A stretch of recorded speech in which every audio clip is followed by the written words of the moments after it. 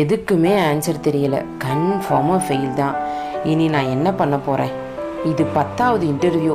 இதுலேயும் செலக்ட் ஆகலைன்னா இனி நான் என்ன பண்ண போகிறேன்? கடன்காரன் கொடுத்த டைமும் முடிஞ்சு போச்சு. சுற்றி ஃபுல்லும் கடன் தான். இனி நான் என்ன பண்ண போகிறேன் அப்படின்னு உங்களுக்கும் தோணுதா? வாங்க இந்த கதையை பார்க்கலாம். ஒரு விவசாயி தன்னோட வயலில் சில விதைகளை விதைக்கிறாரு. அதில் முக்கியமான 2 விதைகள் இருக்குது. அதில் ஒரு விதை என்ன, நம்மளை திடீர்னு ஒரு இருட்டான இடத்துக்குள்ளே அமுக்கி வச்சுட்டாங்க, சூரிய ஒளியே தெரியலையே அப்படின்னு முட்டி முட்டி பார்க்குது. ரொம்ப டயர்டாயிடுச்சு.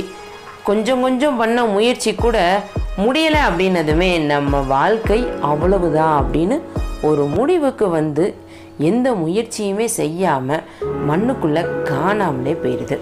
2வது விதையும் அதையே தான் யோசிக்குது. என்னடா இது, நம்ம இருட்டான இடத்துக்குள்ளே புதைச்சி வச்சுருக்காங்க, நம்ம வாழ்க்கை இங்கேயே முடிஞ்சு போயிடுச்சோ அப்படின்னு தான் நினைக்குது.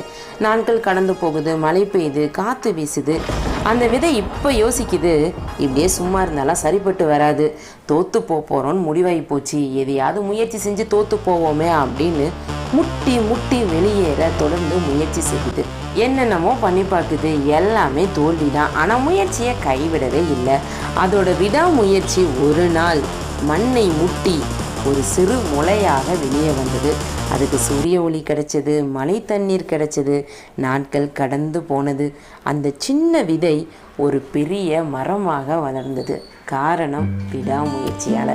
அந்த மரத்தில் பறவைகள்லாம் கூடு கட்டுது, மக்கள்லாம் நிழலுக்காக அதில் ஓய்வெடுக்கிறாங்க. நிறையா பேருக்கு அந்த மரம் பெரிய உதவியாக இருந்தது. நம்ம வாழ்க்கையில் வர்ற கஷ்டங்கள் எல்லாம் நம்மளை தோக்கடிக்கிறதுக்காக இல்லை, அடுத்த லெவலுக்கு போகிறதுக்கு தான். முயற்சி செய்யுங்க, முடியாததுன்னு எதுவுமே இல்லை. இது முடிவு இல்லை, ஒரு நல்ல தொடக்கம். நன்றி, வணக்கம்.